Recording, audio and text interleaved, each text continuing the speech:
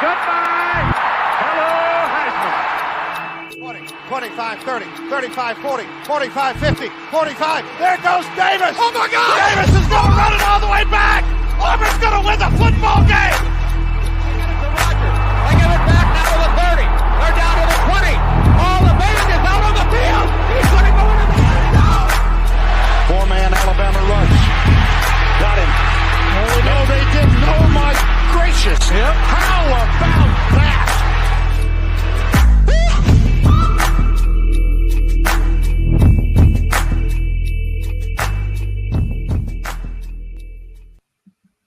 Well, week 4 is in the books, and guys, we are all back together figuring out some new toys on the StreamYard side of how to get this layout right. But if you're joining us live, we are so glad to have you here on the 3 Technique. Thank you to whoever flipped that switch there. Hey, I'm Trey Reeves. I'm joined by Mitch Mason, Garrett Turney. It's the week 4 live show, ladies and gentlemen. We had an awesome Saturday of college football, some surprising results from around the country, some close games coming down to the wire, especially here in this late night window. I feel like we got a lot of clarity, though, and that's kind of the theme that I want to take this. As I was writing the Saturday storylines, I kind of talked about, a lot of these teams, I even mentioned it on game day this morning, a lot of these teams have not been tested yet, and we're going to get our first look at some of these teams that we think are contenders within their conference, or maybe contenders within the playoff, or maybe it's a last chance for certain teams to show that they do belong to be even discussed on these live shows at night. And more than after that, we'll get to the Clemson Tigers in just a little bit. But we learned a lot this week. We separated some contenders from pretenders, and I feel like I'm walking away from week 4 with a lot more clarity than I walked into. What do you guys think?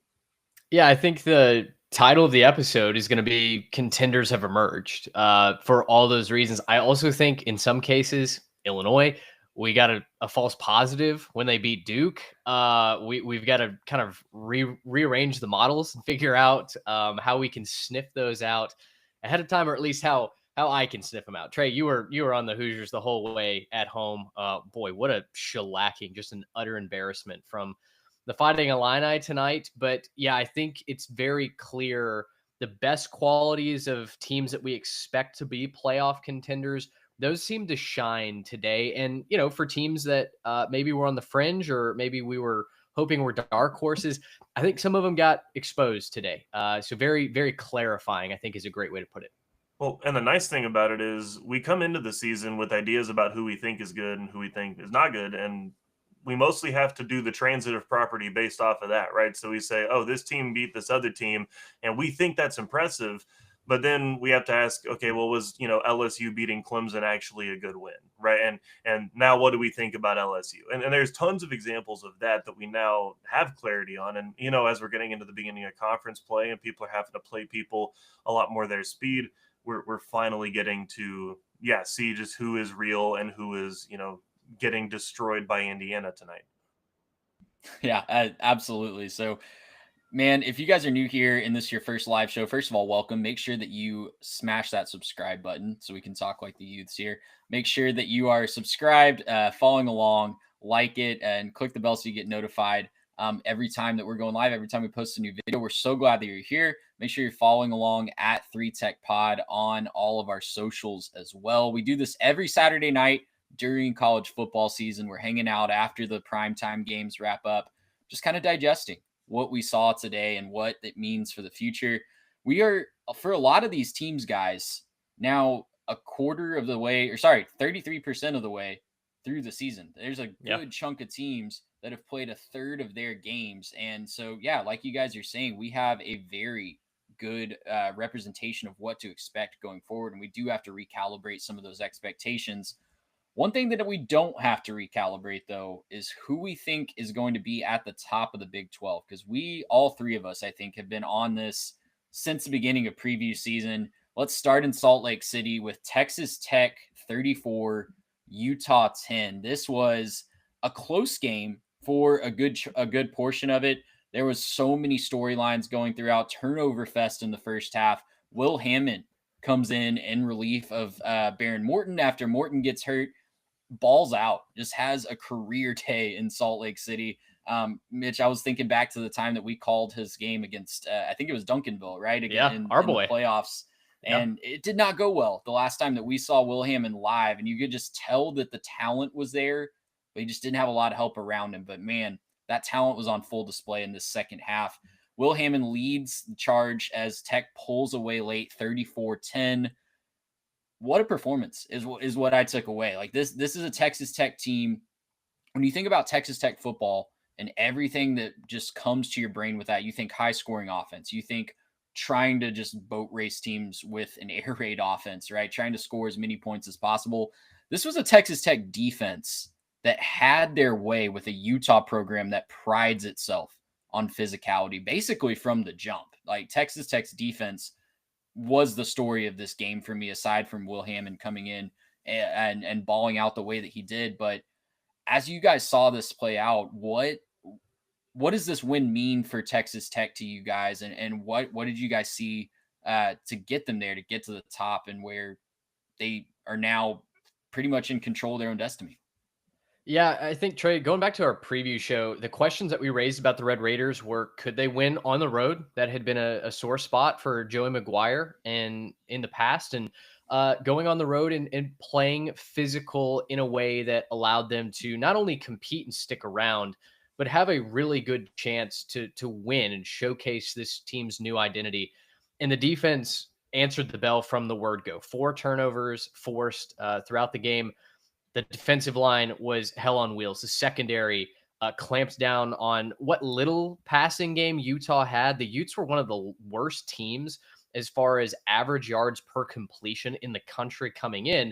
And the broadcast talked about, I think Joe Klatt highlighted it somewhere in the third quarter, where Tech's safeties were constantly working downhill because they knew Utah wasn't going over the top. But coming in, Utah was still one of the top 5 teams, I believe, in the country in explosive plays. So they were kind of a joystick offense where they were able to use their athleticism to create space, make you miss, and get big chunk plays. The Red Raiders did not let Utah play that game today. They were fierce, they were fast, they were tackling well. And like I said, the secondary was just ball hawking left, right, and center. There were forced fumbles early. It was, for me, everything I needed to see from Shield Woods and this Texas Tech defense to not only say that the Red Raiders are a contender in the conference and for a college football playoff spot, but guys, watching the rest of the Big 12 play today, the last couple weeks, aside from Iowa State, Texas Tech is head and shoulders the best team in the conference right now. And for me, they are not only just the favorite to win the conference, but I will be physically disappointed if they are not in Arlington hoisting a Big 12 championship trophy and going to the college football playoff at the end of this season. Yeah, Garrett, when you look at this team, how does it compare to your preseason expectations? Because I think that I really wanted to see that. I wanted to see what Mitch is talking about there, but I just couldn't get over the hump, and I really needed to see it. And I feel like for me personally, that defensive line performance shows me that they might not just be a Big 12 contender. They might be able to make some noise if they get into that 12-team tournament. Oh, for sure. I think that's the big thing for me is I expected them to play well on offense. I think all of us thought that was an obvious thing. They had put the pieces together. You know, we believed in Baron Morton. Obviously, he wasn't the hero of today, but we all believed in what they could do on offense. I'm more shocked at how physical that defense is playing, right? They're quick, but they get up in you, and they find a way to make stuff happen. I mean, forcing 3 fumbles is not an accidental thing. That's not just a coughed it up type of situation. That's getting in there, getting in your face, and playing physical defense. And so I think that's the thing that's maybe most surprised me about Texas Tech. And I think that the thing that you can hang your hat on if you're a Tech fan, I think you can get really, really excited about that because that's the kind of thing that does travel with you, that does go on the road with you. And that's the kind of thing that I think will help you stand up to some of these other teams at the top. Thinking about a team like an Iowa State, who they do play physical as well, and they do play good defense as well. You're going to need to make sure that, if points are at a premium in that kind of a situation, that you're able to get over the top with some good defensive performance. And then also going into like a playoff scenario, you're going to face teams with good defenses that you're going to need to find ways to, obviously execute your playbook, but also not put all of the pressure on your offense and be able to, maybe hold down whoever you're playing as well. So Yeah, very impressed with the defense, very impressed with how well they played. And obviously, this is still fairly early in the season, so there is still room to grow. And I know that with as many transfer pieces as there are, being able to connect and being able to, kind of get that cohesion as a unit is important. They're already playing at this level. It's kind of scary to think what they could be doing here into the season. Yeah, and you look at the final score, right? 34-10. This was a game that was close for 3 quarters, right? It was 10-3 after the third quarter. It was 13-10, I believe, with about 10 minutes left. And then Tech just completely takes over. The ground game starts working. The big plays start breaking the backs, and Utah's getting desperate, quite frankly. But I walked away thinking that it should have been a blowout sooner. And you see the 2 turnovers that Texas Tech had, right? They forced 4, which is great. They did give the ball away 2 times. They also had a ton of penalties in this game. I think it was 13 for 122. So just, and you still walk away with a 24-point win on the road and potentially the worst, hardest place to play in your entire conference. But flipping it before we move on to another game, guys, want to flip it over to Utah just really quickly. I personally, I'm not walking away hitting the panic button for the Utes just yet, but there's some concerning flaws that I think could prevent them. Mitch, you and I came in thinking, I even said on the preview show that I think going into this week that this would probably be a preview of who we see in Arlington, that these 2 teams looked like 2 of the better ones in the conference. I liked Utah's schedule, but I'm walking out of this one with some really, really big concerns. Didn't see a lot of adjustments to the game plan when things weren't working well in the first half, and that's really concerning to me. Yeah, I think what I was noticing, and like I said earlier, was that Utah just didn't have a dynamic threat in the passing game. Devin Dampier is amazing going east-west, and that offense was beating teams going east-west to get north-south through the first couple of games. But today, because they weren't the best athletes on the field and Devin Dampier was contained in the pocket for most of that game, it really limited, I think, what they were able to do schematically. And yeah, it did feel like once Tech took away, 2 or 3 of kind of the major strategies that the Utes had, it felt a little bit like Beck and company were like, oh, well, shoot, like what else do we do? They tried eye candy. They tried a lot of different things, but Dampier is just not that pure passer that Will Hammond was, or even Baron Morton is when he's kind of at his best. You saw that with his footwork. He was antsy in the pocket. He missed some wide open wide receivers early on that really, I think, could have sparked Utah's offense and turned this into a shootout potentially if the momentum is rolling the Utes' way. But offensively, it just never felt like they got any sort of rhythm. The Red Raiders were shutting them down just about every single drive. And so I think against maybe a lesser competition, I think against the majority of the Big 12 teams, Utah will go to the drawing board. They'll adjust. They'll figure out what they need to do. But they're not the complete offense that you and I thought perhaps that they were in the preview team. And I think you're right. I think when it comes to projecting who's that other team maybe that makes it to Arlington, Utah can certainly still get there, but they do have one of their more obvious flaws on tape now. Well, and Mitch, the big thing too is they shot themselves in the foot a couple of times. One that stuck out to me was at the beginning of the game, they hit a big play over the top for a touchdown, but an offensive lineman leaked out as an ineligible in a downfield, so it came back. And that to me, I just felt like, oh, come on. Like, you cannot have that kind of a mistake in this game in that big of a spot, especially because you're right. Like, they were struggling to get things going early.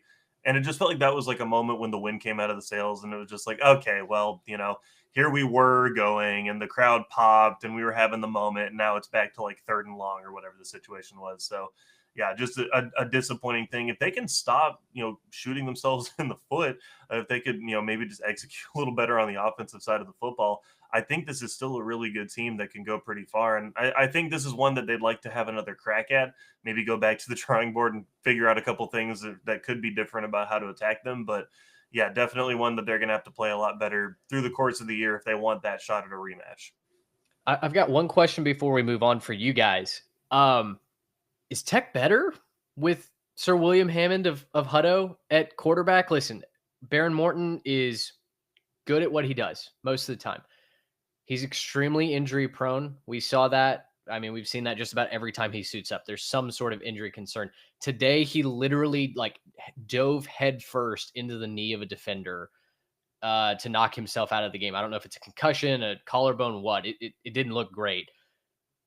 I almost wonder, guys, if the Red Raiders need to Tom Brady this situation, go with William Hammond, Will Hammond, who looked fantastic. 16 and 19, 169 yards. He came in cold, just took over the offense and really had no hiccups, no blemishes getting going. It felt very natural for him.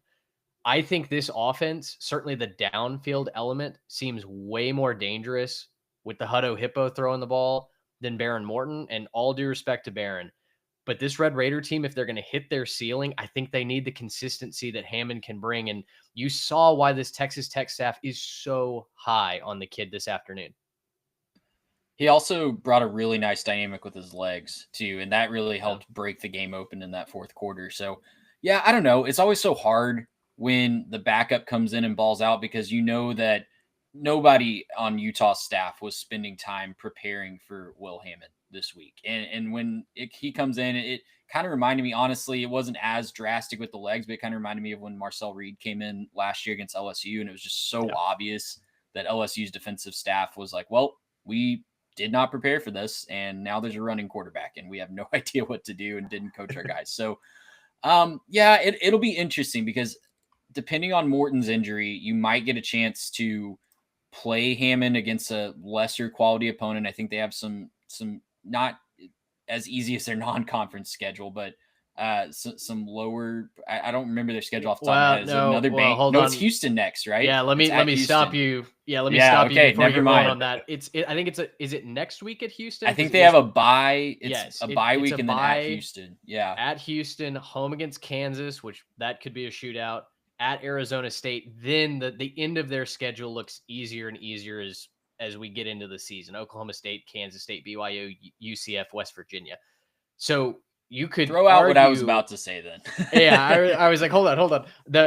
You could argue Texas Tech's schedule, as long as they don't blow a tire in the last 5 games, you could argue they have a 7-game schedule and they're in the meat of it now. And 3 of those games are on the road. Utah, they passed that test. At Houston now, at Arizona State after a home date with Kansas. I mean, things get very real very quickly for Texas Tech. So they do have the bye week, but they've got to get that quarterback conversation sorted ASAP. Well, and he's certainly earned the right to have that conversation, right? I think he played well enough that you have to give him some reps over the bye week with the first team. You got to give him his ability to show that he can be that guy.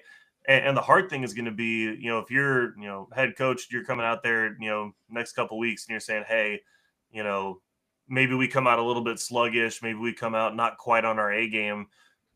Do you make the switch? I mean, if you come out and you're, down 3 at halftime, you coming out with a different quarterback in the second half. It's a big question, but it's why you get paid the big bucks. And so it's going to be tough for them to figure out. And I think the good news is they have somebody who can run the offense, right? They have somebody who can do it. So they can rely on that, at the very least. There's somebody who can, score 34 at Rice Eccles.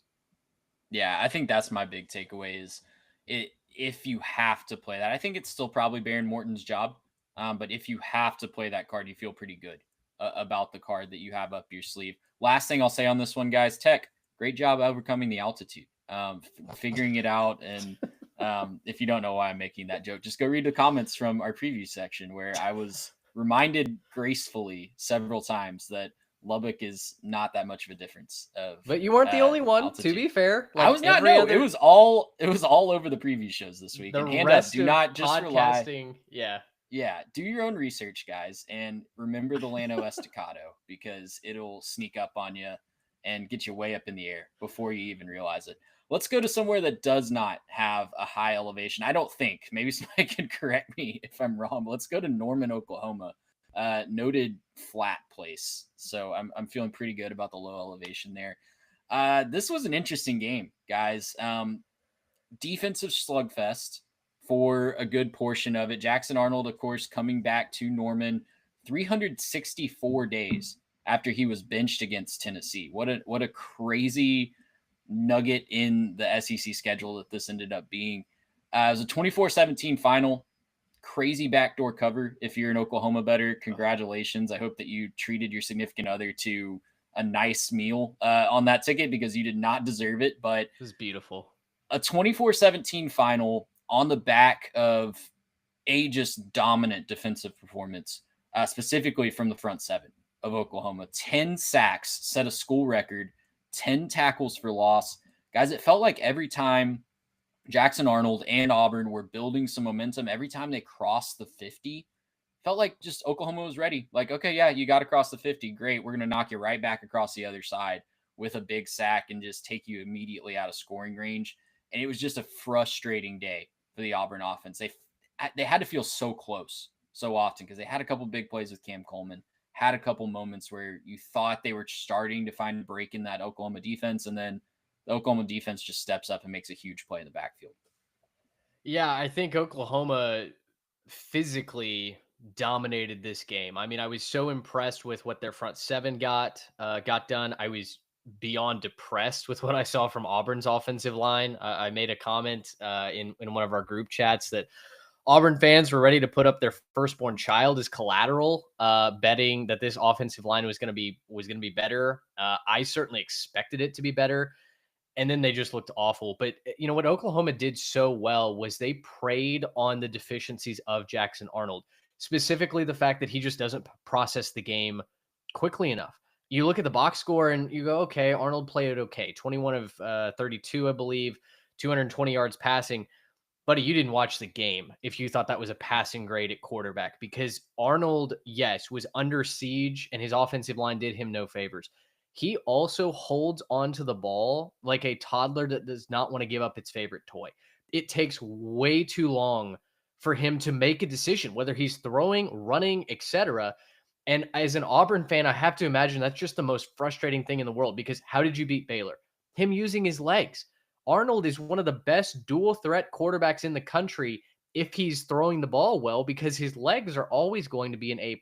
And I just felt like there were times when he couldn't commit one way or another. And credit to Oklahoma's defense for locking up the coverage on the secondary. They had some busts. Cam Coleman pretty much got whatever he wanted if the ball was thrown in his general zip code, which sometimes it wasn't. But overall, I felt like Oklahoma dialed up, and Brent Venables dialed up a game plan that would specifically harass Jackson Arnold, because they knew what got to him. They knew what got him benched in Norman a year ago, as you mentioned, almost to the day. I'm sure to Arnold and company, it felt like deja vu, just in a different jersey, because a lot of what we saw him struggle with today was what we saw him struggle with in Crimson and Cream a season ago. Yeah, I was overall very disappointed in Auburn. So far up to this point in the season, they had been a run first, run all the time type of team. Didn't run the ball particularly well.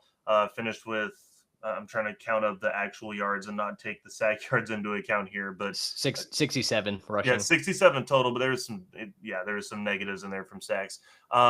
Not fantastic, obviously, for an effort on the ground. I obviously, if that's part of their offense, they completely went away from that, and pretty much their offense turned into, can we get a chunk play, and can we find a way to get this ball to Coleman or Singleton? And that was basically all that they had. Definitely disappointed in Auburn and what they put out there. For me, the big question for Auburn is like, man, when are you going to finally win this game? Right? Like, they've played so many of these games where it's just, the team's maybe a little better than you or maybe comparable. The talent level's considerably, okay, it's right there, but you just don't come out on top. You don't find a way to make the play. And granted, Oklahoma, there's maybe a little bit of home cooking on the referees. Like, I understand there's a little bit of that. I'm not going to go to the ref game completely, obviously, because Oklahoma looked like the better team. I don't really know what to think of the touchdown at the beginning of the game where, people are saying those. I think it's a little Bush League, but maybe it's okay, right? You tricked them. Congratulations. It's still points. Has anyone asked Terry McCauley of his opinion? We should get him on this one. I don't know if he has anything to talk about this week. So we should make sure he knows about that one. But no, I mean, at the end of the day, it doesn't get called. It's touchdown. It's early in the game, so it's not like it was a huge consequential. You could have responded to it, right? They didn't respond to it. And ultimately, I think that if you're an Auburn fan, you're just sitting here like, I don't want to hear some excuse or some reason or something from Hugh Freeze because we just want to win this game. Like whatever this comes up to be, they're going to have opportunities, right? They're going to play Texas A&M. Obviously, they got like Bama end of the season. They've got big opportunities on their schedule. But when are they finally going to come up over the hump and finally win one of these games like they were promised, like they expect to? Because again, Auburn is a good program. There's a lot of history. They expect to win football games, and if you're Hugh Freeze, you gotta deliver on that one of these days, right? On one of these Saturdays, you have to find a way to go in there and come out on top of this game, no matter what ends up happening. Weird touchdowns, fumbles coming back that turned out to not be fumbles, whatever it is, you got to find a way to overcome that. And I think a lot of Auburn fans are feeling that right now. Well, and you've got to find a way to give that defense a bone, man. I mean, the defense played so well for the majority of this game. And we'll get to some current concerns I have about Oklahoma, I'm sure, in a minute, Trey. But the defense looked like a top half of the SEC caliber defense, one that could have you in contention for an SEC title if everything is working together. But because the offense just could not get any momentum going, it feels like another wasted effort. And Garrett makes a great point. Something that we highlighted on the preview show. If they cannot run the football, they're toast. Auburn is not going to win a football game if they can't run for 150 plus. Because even in that win over South Alabama, Trey, what did we say? Well, it was kind of Jeremiah Cobb, and that was the offense. Like, there's a reason they didn't pull away, and it's because they weren't doing much through the air. 67 total yards of rushing. I know it's a very strong defensive line, but find a way, guys, to use Arnold, to use your running backs, to get some sort of athletic advantage on the perimeter. Hugh Freeze fails once again. And I come away thinking that this is going to be the same old Auburn team that, quite honestly, guys, this stretch of their schedule is one of the most brutal in the country. They're going to have to find a way to pick off one or two of them if they want to go to a bowl game or even get above 500. It's really frustrating. It has to be frustrating as an Auburn fan because you take the lead with 7 minutes to play, 17-16. Your defense has been playing lights out, like you mentioned. You won the turnover battle 1-0. That's not something that you're used to doing under Hugh Freeze. You win the time of possession battle by leaps and bounds. It was 35 minutes to 24 minutes. And really, you contained Oklahoma outside of John Mateer. Guys, John Mateer, I'm not exaggerating when I say he accounted for 99% of their production today. They had 303 total yards, and John Mateer had 300 of them between passing and rushing. It's insane that I can't believe they're getting away with this. I can't keep getting away with this meme. And I think we'll talk about that with Oklahoma in due time, but you have to be frustrated as an Auburn fan today. This one was right there for you. Could have been such a sweet victory for Jackson Arnold. That drive that he led to take the lead in the second half was a fantastic drive in spite of all the pressure that he was facing from the Oklahoma defense.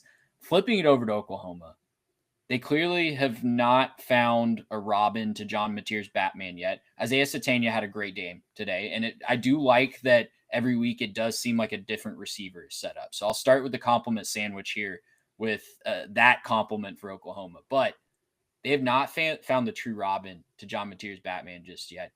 We thought that they might have found it last week at Temple. They can't run the ball outside of John Mateer today. And even John Mateer was very much contained by that Auburn defensive front. So lots of concerns. The schedule is not getting any easier for Oklahoma. This was a must win if you were a true playoff contender at home, but it gets really real really quickly now. They do have two of the best wins in the country. I will give them that. Michigan and Auburn, not a lot of programs can match those two wins head to head. Just having those in your back pocket is fantastic, but just looking at their schedule, it's going to get even tougher going forward. And I'm really concerned, not just about Mateer's health, but just about other teams being able to really figure out this offense and shut it down. Well, and I think what I'm most concerned about now is who is that guy in the running back room? Because on the broadcast, they were talking about Torrey Blaylock being the guy who is he a true freshman? True freshman at a Longview. No, not at a Longview, at a Atascocita. But a kid that basically won the job. The broadcast was saying in practice when he pass blocked better than Javonte Barnes, and then Jaden Ott, I guess, is hurt still because we didn't even see him. I don't believe in this game. He's got something like 9 attempts for a handful of yards on the season. I'm assuming he's not fully healthy. But if Barnes isn't going to be the guy, which we kind of assumed he and Ott would be the ones carrying the load, and it's up to a true freshman because he's the best pass blocker, well, Torrey Blaylock had 11 carries for 13 yards today. And I think the offensive line played well in the pass protection. Obviously, when Mateer can dance around like Johnny Manziel, that prevents sacks as well. But they have got to figure out a way to open up inside zone so that it's not the Mateer show or bust. Because as you alluded to, as soon as they get into the teeth of this SEC schedule, if the entire plane is John Mateer, I mean, that's a recipe for a losing streak real fast. As soon as Mateer gets nicked up, turns an ankle, takes a hard hit, I don't think he's Haynes King where suddenly he activates superstar mode. And even in that case, King has a couple of talented backs he can hand the ball off to spell him, right? Oklahoma hasn't shown us that they can do that. And so while I am encouraged with the way that Oklahoma is playing in general, I do have a lot of concerns about them as a playoff contender, a top of the SEC team, etc. Right. And to kind of finish what Trey said, the compliment sandwich, I'll try to kind of end it on a positive note for the team that won. This is what I would call a gritty, not pretty, right? This is just, you found a way to win, right? And this is what you have to do in the SEC. Ask Oklahoma fans last year if they would have taken a couple more gritty, not pretties, right? This is what you have to do. You have to find a way to just grind your teeth and say, okay, look, early on, Mateer, you missed a couple passes that could have put us out in front big time. We're going to ignore it. Hey, we know that you're the guy. We know that you can still do this. We're going to keep giving you opportunities, right? We're going to come up with weird touchdowns to find a way to score. We're going to just find a way, right? And if we can't quite get it done, we're just going to muscle our way through to the finish line, and we're going to rely on a last second safety to find a way through, right? We're just going to find a way. And that's what we mean by gritty, not pretty, right? You just got to find a way to win those games in the SEC. Now, you can't live on that cutting edge because eventually you can't quite make that happen. And then the funny shaped ball bounces funny, right? And we can't rely on always living that close. But, this probably wasn't the best defense they're going to play this year. They're probably going to play some better teams with some better defenses. They got to get some stuff figured out. I think if you're an Oklahoma fan, you feel a little bit worse than you felt going into this game. But I don't think that this is cause for pause. I don't think that this is any reason to panic. It's just time to go, okay, sometimes you just got to find a way to win. They did that, lick your wounds, get it right in practice, and move on to the next week, right? It's just what you have to do as a team. It's good. It's a good win. It's an SEC win. It's something they weren't doing last year, and it's something that I hope that they can do a little bit more this year. Yeah, with a defensive-minded head coach, too, you might see that more often, even with an OC like Ben Arbuckle. That could just be how Brent Venables likes winning football games too. And if you're winning, fantastic. If it does swing the other way, like you said, it can get really ugly really quickly. But speaking of ugly, guys, let's move on to our next game. We had to wait a little bit to talk about this one. We had to make sure the kids were in bed because we don't want our any complaints from parents talking about inappropriate things or just murder, quite honestly. Indiana broke their foot off inside of Illinois in a shellacking. 63-10 was ultimately the final, and it honestly, guys, was not that close. If you can believe that, it was over by halftime. Fernando Mendoza looks like a revelation, guys. If I'm an NFL GM, I'm very tempted to take Fernando Mendoza as the first quarterback off the board in next April's draft. He has looked in a season where so many of the stars that we thought were going to be the story of the quarterback position in college football have just been flat out duds. Fernando Mendoza has been an absolute stud and the story of the quarterback position so far for my money. And he's doing it without even having to play the second half most of these games. So Indiana's for real. I don't know. I don't really have that much else to say. I'm sorry if you're an Indiana fan tuning in, wanting us to have like a 20-minute hype up on your team. Like I could, but there's not really much more for me to say than you just absolutely embarrassed a team that really thought they were a playoff contender, and you cemented yourself and put yourself right in position to be right back in the college football playoff once again. Yeah, guys. I mean, Mendoza at the half, which I think he barely played in the third quarter. I don't know what his final numbers are. I've got 15 of 17 for 220 yards and 4 tutters in the first half. For the game, the team ran for nearly 300 yards. They held Illinois to a negative rushing total as of the time that we hit record. And they had 7 sacks for the Hoosiers against one of the worst offensive lines in the Big Ten. Indiana cannot be dismissed this year for physicality, for lack of competition. Kurt Cignetti and the boys are here. They're real. They're electric. The speed, guys, with which they were playing at home, it was just like it was turned up to another level under the lights with Memorial Stadium jumping.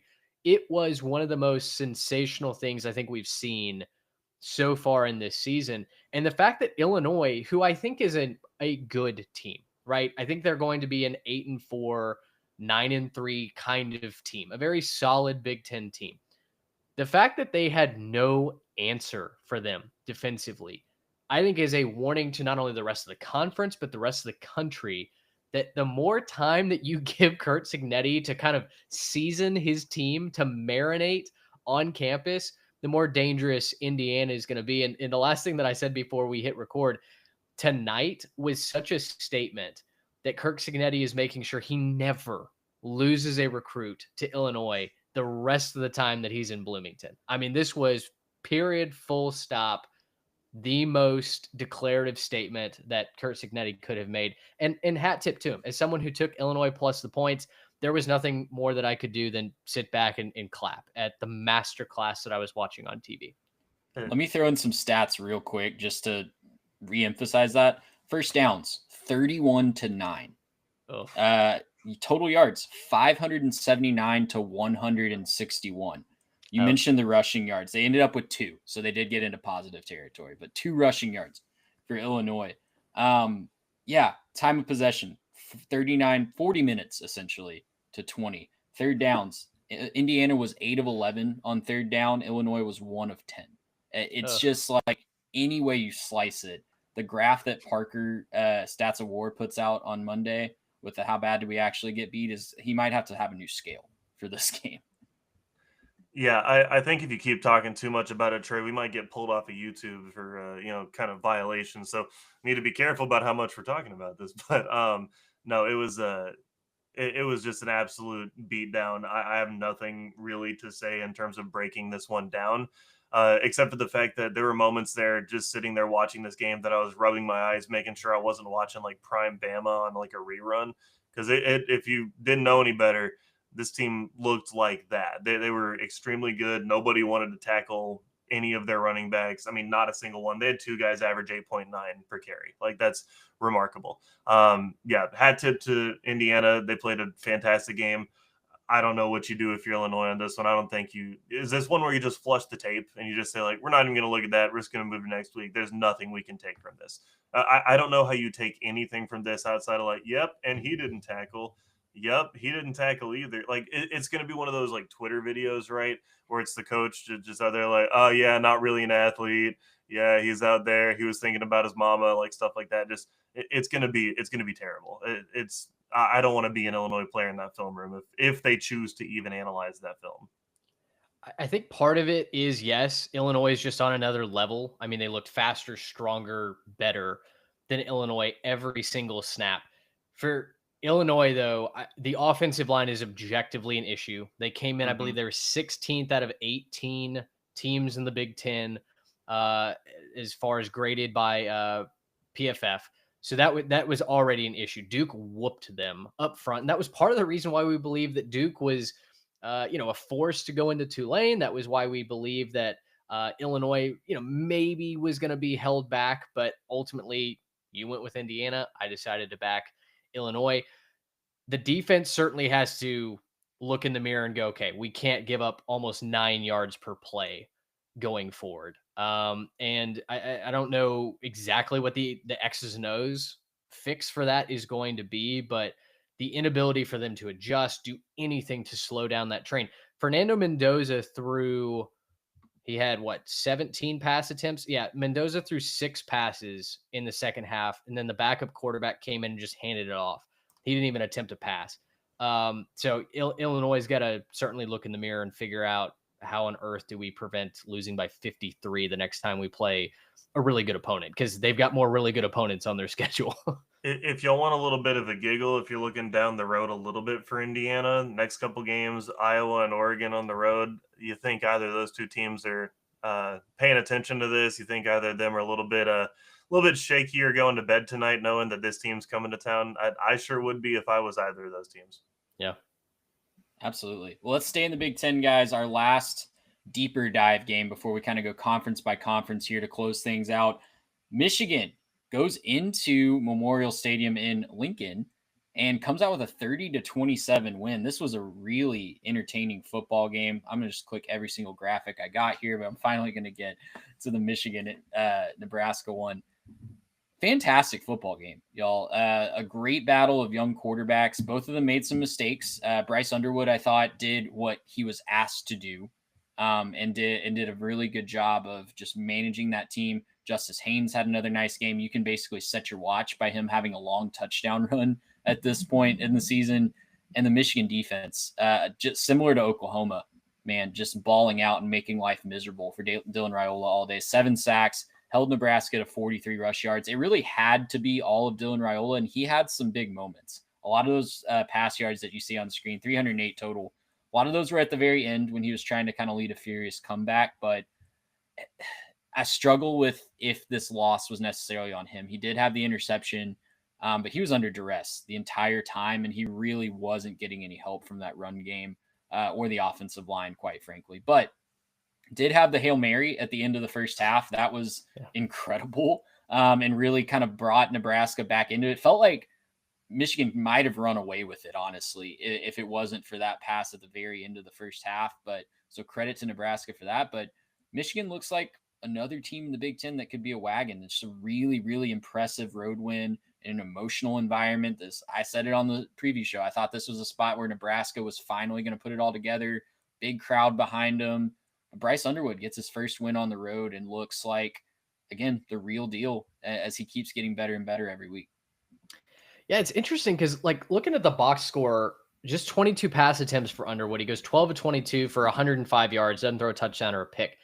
I felt like watching him live, it felt like he was more in control, in command than 12 of 22 for 105, right? So the box score watchers are probably tilting their head if they're listening to this podcast on Sunday morning or Monday morning.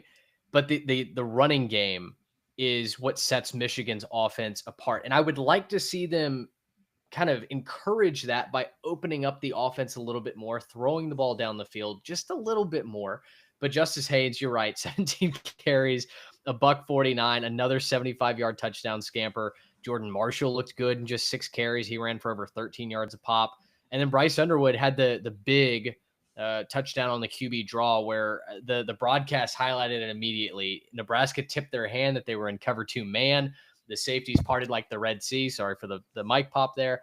And Underwood instantly recognized it, took off, and went to the residence. So I think if Michigan is not going to be a team that throws the ball prolifically down the field, then they're going to have to win with those 200 IQ plays. They're going to have Bryce Underwood being an athlete, using his legs, and then they're going to have to pound you, inside zone was what they ran a lot of. I mean, it was just Michigan up the middle, and Nebraska did not have a great response to it really at any point during the game. So Michigan is going to have to win with toughness and physicality. But Garrett, I mean, that's their MO. That's what they want to do anyway.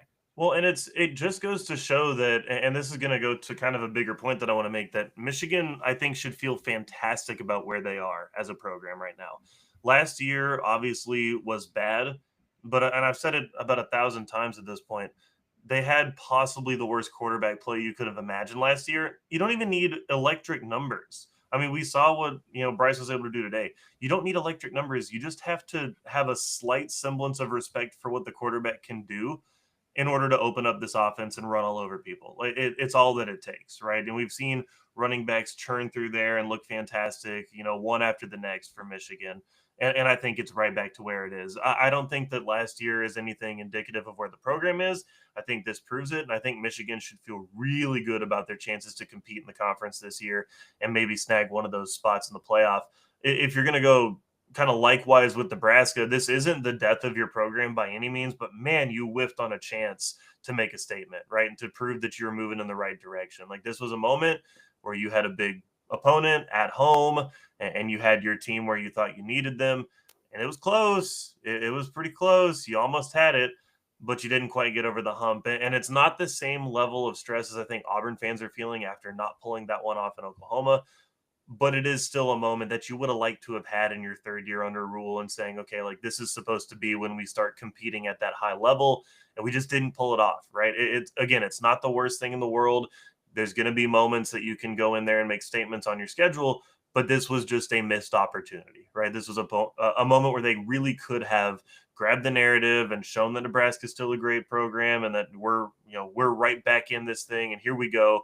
And Raiola with the 300 passing yards would have seemed a lot better if they finished with 31 today, right? That feels a lot better if they finish there. So missed opportunity, not the end of the world, but Michigan should feel really good about where they are on the flip side of that. Yeah, Michigan's going to be right in the thick of things. Another big road trip coming up in a couple of weeks to USC. So another big opportunity for them to show that they're right there in the thick of it for the Big Ten title race. Guys, let's go conference by conference here as we shift to a little bit more up-tempo offense. Let's start with the American. And yes, we are going to skip all the power conferences because we need to give the American, Screech the Eagle is going to give us a salute because we need to give them some flowers. Well, darn it. Okay. Soar the Eagle is going to give us, I think there's like a burner of his that like maybe called Screech. It's called Screech. I've seen them a little more like often. That, yeah. Anyways, Soar the Eagle. Sorry, sir. We respect your conference and I will get your name right next time. There's a lot of really good teams here, guys. UNT is 4-0. Memphis is 4-0. South Florida, of course, has been one of the biggest stories of college football. Rice got a big win Thursday night to improve to 3-1. Tulane didn't do great today, but they still look like they could be a force in this conference as well. So I guess we can start with North Texas because that was a really fun game up at West Point, 45-38 final in overtime. First 4-0 start. Mitch, you noted this since 2018 when they finished 9-4. They tried to give it away. They fumbled at midfield and let Army march down and get a game-tying field goal to send it to overtime, but they prevail in overtime. Big win on the road in a really difficult place to win. And this was a team, they got blown out by Army last year. So a big improvement just in the program-to-program comparison as well. Yeah, they scored 3 points at home last year against Army, and that's with the air raid offense. Like that was the service members defending the air raid last season. They didn't let that happen this year. I think most importantly, what I took away from this, number one, the Drew Messamaker show goes on. Proud to be on the bandwagon as early as we possibly could have been on that. And two, I think most importantly, this team is finding ways to win. They are learning how to compete in close games. It doesn't have to be a game where they score 59 and just crush the will of Washington State, but they can go on the road against a conference opponent that they have struggled with in the past and shut those demons out and focus one play at a time and even recover from a midfield fumble, losing that game, sending it over to overtime and then finding a way to go ahead and pull that victory out. The Eric Morris experience is real, man. And I tell you what, we're going to be there in person covering North Texas and South Florida. We're going to be there in person covering North Texas and UTSA, and the Navy game is on the slate as well. I can't wait to get up to Denton. I cannot wait to be there in person and just see the transformation that this football team has undergone. 4-0, man. The first time since 2018, they went 9-4 that season. Kind of faltered a little bit late in that year. I would like to see Eric Morris get the troops to finish through the line and compete for an American title. I wish I could attribute it to some who I saw on Twitter, but they play South Alabama at home next week, who's 1-3. I think if I'm remembering it right, if they go 5-0, it would be their first 5-0 start since the 1950s. So a lot at stake for that one. Elsewhere in the American, the biggest results of the day, Memphis 32-31 over Sam Pittman and Arkansas. Guys, Arkansas led this game 28-10 with a minute and a half left in the second quarter. Memphis goes down, gets a big touchdown right before the half, holds Arkansas to 3 points in the second half. And even still, Arkansas has the ball, driving, trying to get the game-winning field goal, and they fumble inside the Memphis 10. Just a microcosm of the Sam Pittman era, honestly. Another close game that they can't find a way to pull out. And it's just beyond frustrating at this point, because I know Arkansas, like, Sam Pittman is such a likable guy, but Arkansas fans have to be just done at this point. Pittman's had to go for like a long time now, but like he's got to go. I'm shocked he wasn't the first coach to get fired this year. Obviously, there were some pretty horrific outcomes to not let that happen, but yeah, he's got to go, man. Like, I wrote in some of my personal notes on this one, I wrote all caps, Arkansas, what is the matter with you? Like, what a choke job. I can't even imagine being an Arkansas fan watching that game thinking, all right, we took care of business. It wasn't pretty, but we just got to hold on to the ball. Even a field goal's okay down here. Just don't fumble. Oh, he fumbled. Oh my gosh, he fumbled. Like, I can't even imagine being an Arkansas fan watching that sequence and just thinking, sure, of course, why not? I have almost nothing to say about it. The one thing I do want to point out from this game, I really want to believe what everyone's saying about Taylen Green. Like, I really want to. I want to believe that he's a good quarterback. I just don't see it consistently enough. He disappears for massive stretches of that game. Like, he'll come out and make a great throw, and he'll come out and look like he's in complete control. And even early in that game, like, they were starting to drive, and he just lets one rip directly to a defensive back that was just kind of floating sort of around the sidelines. I don't want to, trash on the guy, because I want to agree with the general consensus of the college football public, but I just don't think he's a good enough quarterback to play in the SEC consistently and actually lead you to wins. He's not consistent. He doesn't, he can't put together 4 full quarters of effort in a good outcome. And it goes to show, like, they didn't score hardly at all in that second half. They didn't put up points. They should be somewhat ashamed of this from Arkansas. I want to give massive credits to Memphis. They knew what they needed to do. Arkansas has serious problems tackling a running quarterback. They sent crazy blitz, crazy pressure, like, all game long. Sometimes they got home. Sometimes it forced mistakes. And sometimes quarterback escaped, and then it was off to the races. And I think that, looking down their schedule a little bit, especially, thinking about like a quarterback like a Marcel Reed down the schedule, or even like an Arch Manning down the schedule, quarterbacks who can take off with their feet. Yeah, this is going to be a problem for Arkansas down the road. So big credit to Memphis. They knew what they needed to do to win. But yeah, Pittman's got to go, man. This team ain't working. We talked about Memphis's defense being one of the most improved units in the country in the preview, and how that wasn't getting enough run, mostly because Memphis didn't have Seth Hennigan, and it felt like everyone just kind of assumed that the Tigers were going to take a step back this year. Ryan Silverfield, man, he keeps on trucking, and that defense went to the portal. They found some playmakers, and I saw this stat at one point in the broadcast. Arkansas coming in through their first 3 games only had gone 3 and out 4 times for the entire season. Memphis forced 4 3 and outs in this game on top of the multiple turnovers. So they had Bobby Petrino in a little bit of a blender. I agree. You can't build the plane out of Taylen Green, because, boy, he's good like 85% of the time, right? He's going to put up passing yards. He's going to be athletic. He's going to get some with his legs.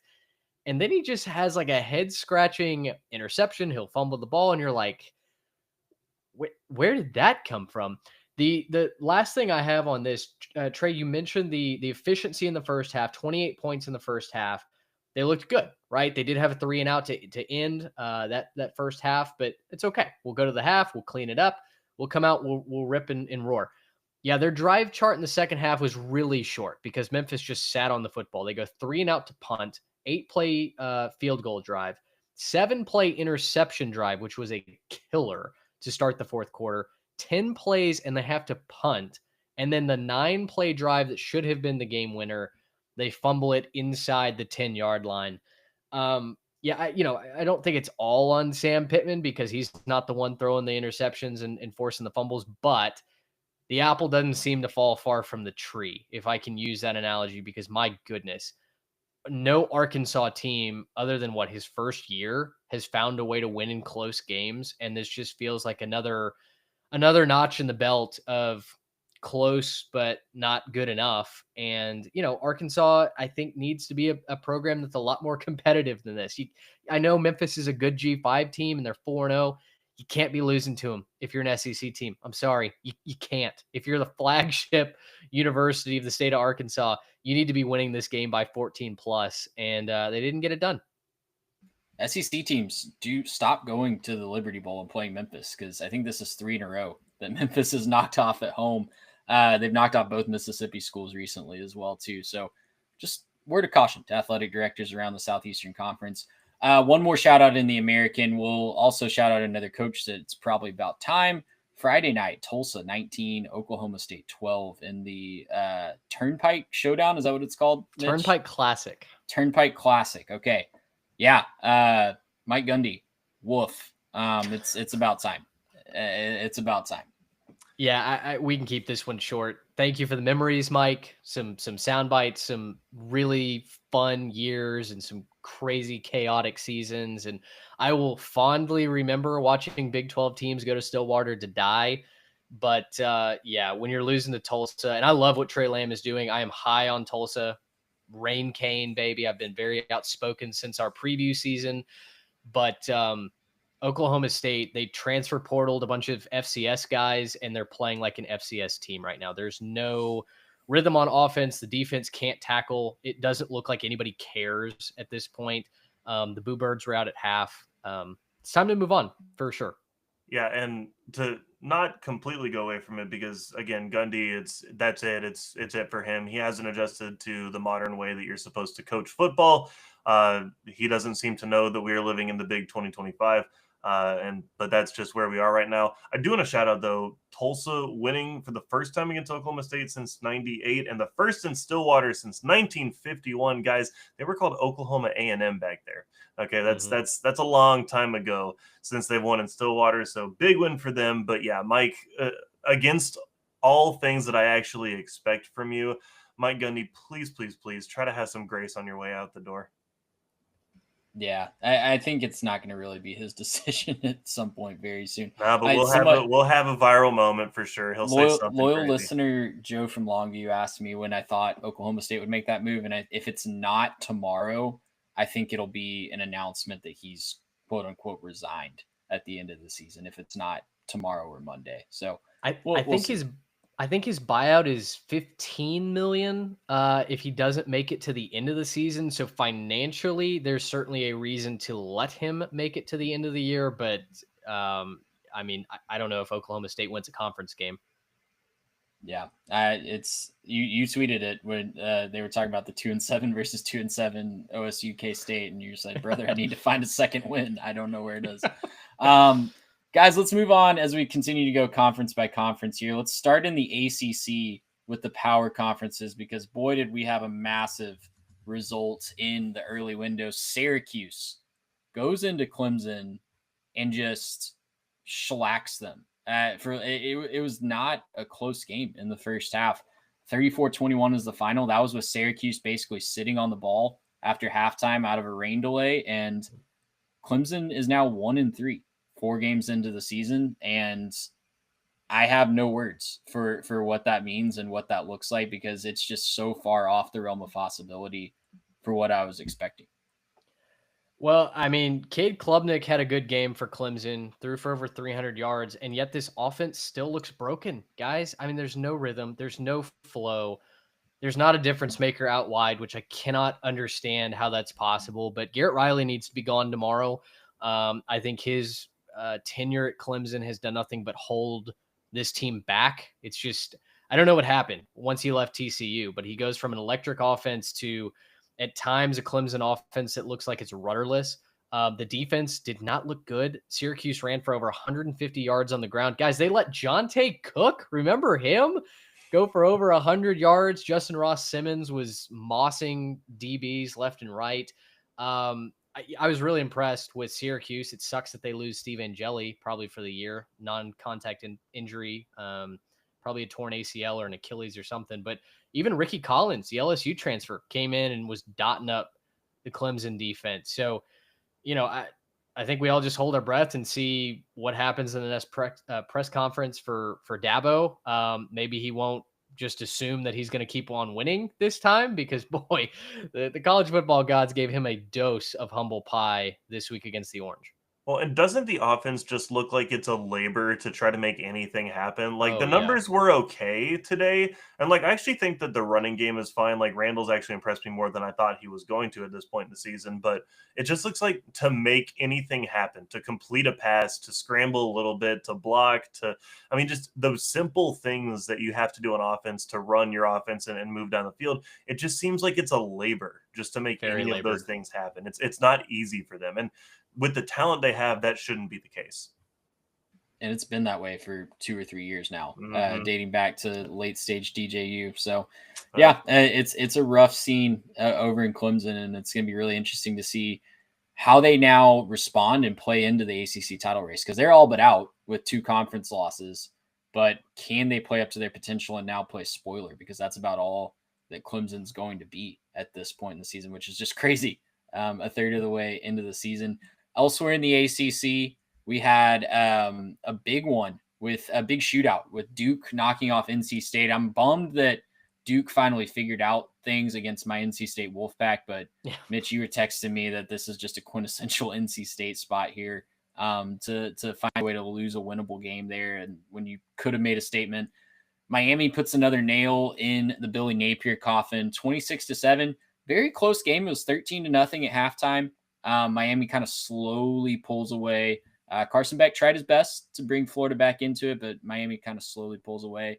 Virginia knocked off Stanford 48-20, and Kent State and Georgia Tech and Louisville took care of business against G5 opponents. Anything you guys want to talk about before we move on to another conference?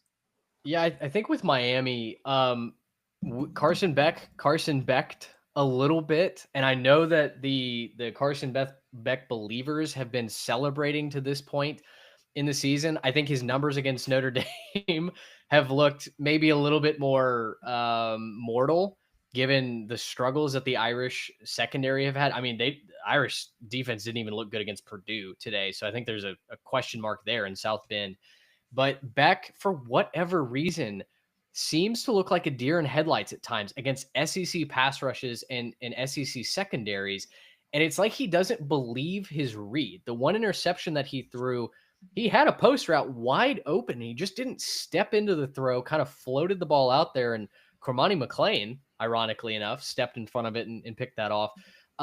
So I am a little bit concerned about Miami against the best competition. When the rubber meets the road and we've got to go win a championship, is this Miami offense built to do it? The defense, sure as heck, looks like it can go hoist a trophy. I mean, they had Florida in absolute just a spin cycle all game long. I think part of that is Florida's offense is just awful. But the other and the majority of it was that Miami's defensive line specifically is an NFL defensive line. I mean, it's gross what they're going to do to quarterbacks all season long. But I do come away from this game, even though it's a comfortable victory in the box score, there was a chance when Beck threw that interception, Florida could have driven down the field and taken the lead outright. Yeah, there was definitely a moment there. I do want to give them some credit, though. That drive they went on, 13 plays, 80 yards, 7 minutes, 12 seconds, took the clock from 11:10 to 4:08.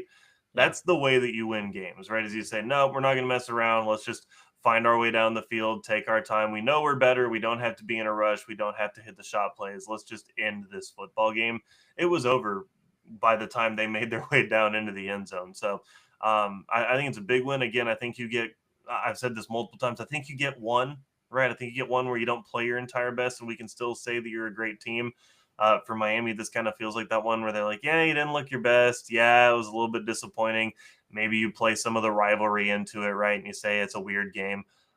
That's still a very, I think, in my opinion, very bad Florida team that you were playing a close football game with for a little while there. So, yeah, take your one, bounce back, and don't do that again against Florida State because they're good enough to beat your butt if you do that against them. So, yeah, absolutely. Let's move on to the SEC. A lot of teams playing G5 opponents this week. Obviously, Arkansas did not take care of business against theirs, but mostly teams taking care of business. Couple of ones I want to spotlight, though. Missouri, 29-20 over South Carolina. This was a really close back and forth game. Lenore Sellers actually did play after we recorded Monday. We weren't sure if he was going to play. Didn't really look likely, but he was able to suit up. And I did really like what I saw from South Carolina's offense. It was actually the most encouraged I was about South Carolina's offense so far this season. Not saying a lot because they haven't shown a lot this year, but the added dimension of pushing the ball downfield was interesting. But in the end, Missouri might have, when you consider quarterback and running backs and running the football specifically, they might have the best backfield in the entire country. Yeah, I think Missouri on the ground, an absolute wagon. They run for 285. Ahmad Hardy is him, 6.3 a carry. He got a touchdown. Really kind of put that game on his back late. This was in doubt, guys. I mean, South Carolina went into the half with a lead. They were right there in the third and the fourth quarter to win this game outright. And Ahmad Hardy basically said, no, you don't. We're not losing this game. I'll caveat the encouraged South Carolina comment with, I was encouraged with their passing game. Their rushing attack had 22 attempts for -9 yards. Missouri's defensive front, I've been talking about them since June, May or June.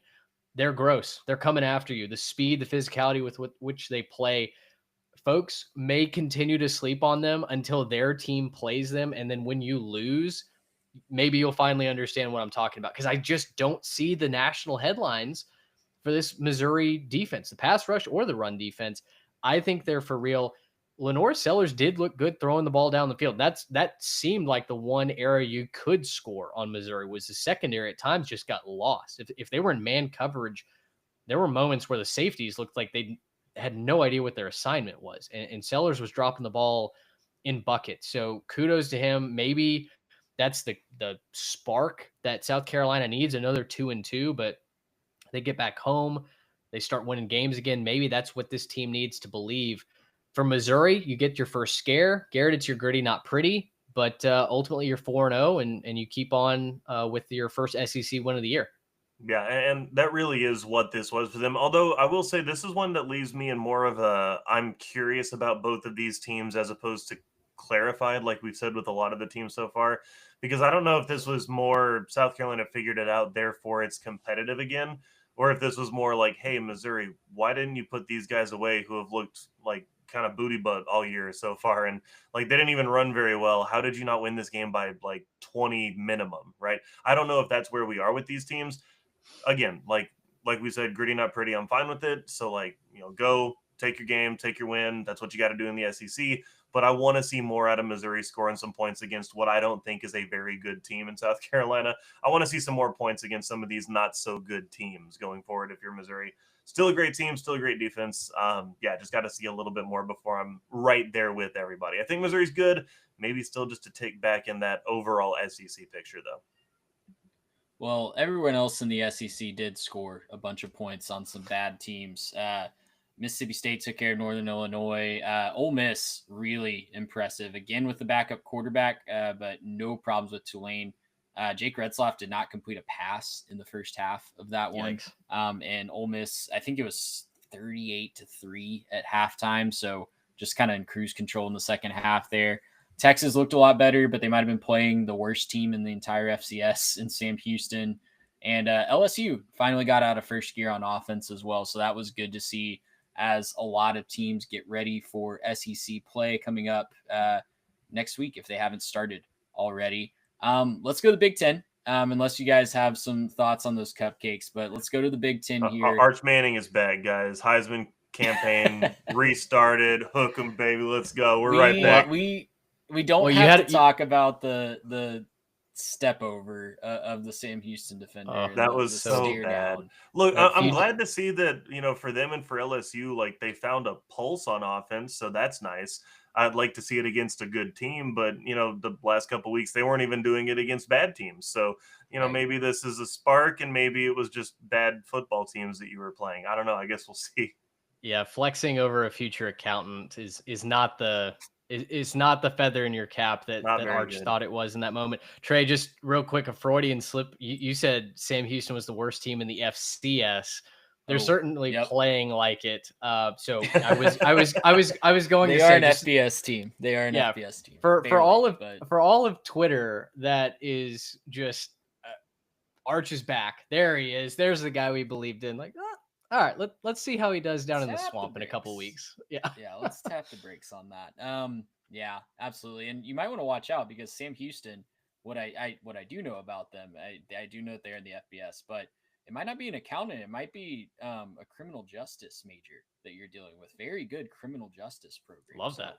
If Arch ever finds himself in a little bit of trouble, not saying that he would, he better hope it's not that kid that's prosecuting him. So anyways, let's go to the Big Ten. Interesting scores. It was Civil War week and Apple Cup week. Both Oregon and Oregon and Washington, I should say, took care of business on the their Pac rivals. 41-7 for Oregon in the Civil War and 59-24 for Washington in the Apple Cup. Iowa Friday night found some offense, guys. Mitch, are we back in on the Iowa Hawkeyes actually having a formidable offensive attack? No. I think part of it is that Rutgers defense is just not very good. I mean, yes, it was an encouraging sign. Am I back in? Am I renouncing my apology from a couple of weeks ago? No. I picked Iowa to go to the playoff. I thought that their offense would be much more dynamic than it was. Gronowski's legs are probably the best thing that he's bringing to the team, guys. I mean, he's fourth straight week with a rushing touchdown. I don't think any Iowa quarterback had ever done that before in program history. With his arm, though, once you get to that next level of competition and they're playing Penn State and they're playing Oregon, I don't see a weapon that's going to be a difference maker. And Gronowski still is playing with that eyes wide open, deer in the headlights look offensively. He took some steps, he made some progress, but no, I'm not I'm not pronouncing Iowa back. Just had to check, man. Elsewhere in the Big Ten, Maryland, a nice road win. They were like 10-point underdogs for some reason in this game at Wisconsin. Yeah. I had no idea why, but I was kind of leaning into that, I guess. But Maryland goes on the road, gets a big 27-10 win over the Wisconsin Badgers. And USC and Michigan State are in progress. That game started at 11 o'clock local time for Michigan State fans. And I was going to try to pull up the score update, but you guys 17-10 right now. Trojans on top. Okay, a little close there. A little close matchup there. Definitely a busted coverage on the back end for USC. Let a big touchdown through for Michigan State. So that's probably why it's closer. Maybe not super impressed with USC's offense right now, but we're monitoring the situation. That game is going to end at 3 a.m. local time if you are a Michigan State fan, which is objectively sick. Conference, and Big Ten play. Woo!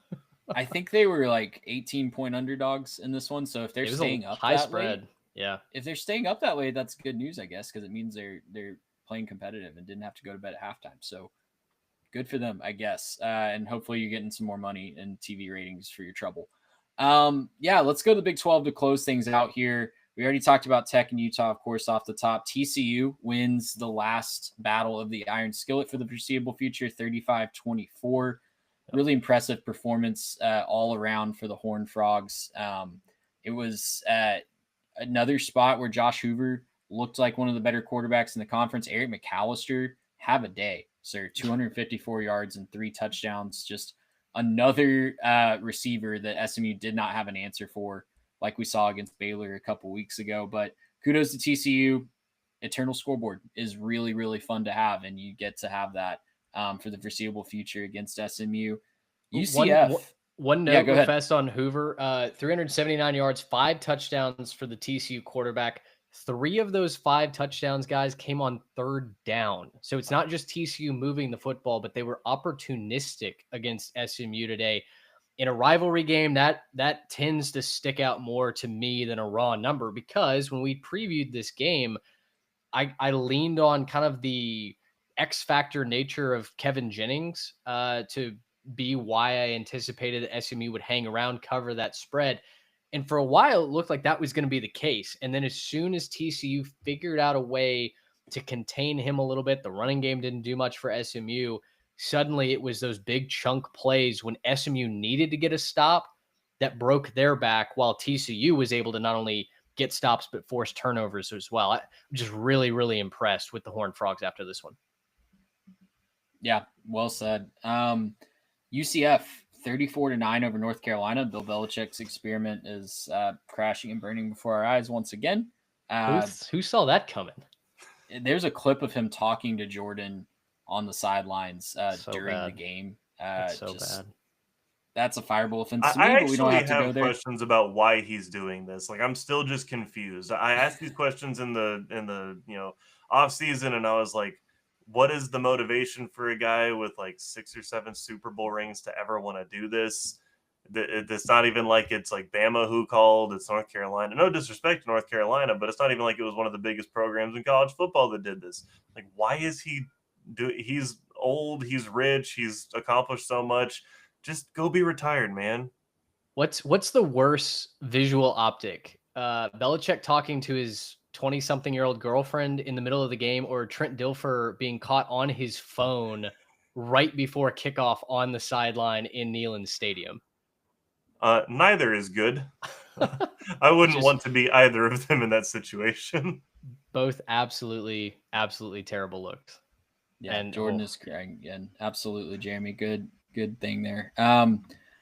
Elsewhere in the Big 12, Kansas 41-10 over West Virginia. Big win for the Jayhawks. They keep on rolling and look to be a formidable force in the Big 12 once again. BYU 34-13, nice road win over Mitch's Pirates. Sorry about that, Mitch, but I think this is not necessarily one you were penciling in as a win for the Pirates, so maybe they can still make some noise in the American. No, a lot of people were saying that this was a bad spot for BYU, but I honestly, Trey, remembered you looking at this game in our preview slate and going, you know what? Actually, these two teams play somewhat frequently. It's not all of that a weird spot for BYU. There were a lot of folks around the country picking ECU to win this one outright. I did not get those same warm and fuzzy vibes and stayed away. So I guess good for me for showing restraint. I got a bunch of other picks wrong, but sure, I'll take that one as a win if you're going to give it to me. Well, yeah, I'll give it to you. Absolutely. And we'll close things out with Arizona State getting a walk-off field goal in Waco. Just a knife through the heart of Baylor fans. They really played, the defense really stepped up in this game for Baylor, and we were concerned about that. Yeah. But Arizona State finding that championship pedigree.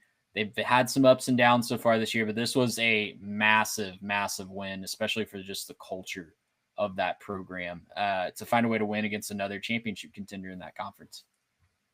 Yeah, I felt like Arizona State needed a statement right after losing to Mississippi State. I mean, that's what the rest of the country remembers you for. You beat up Texas State. Nobody watched that game last week.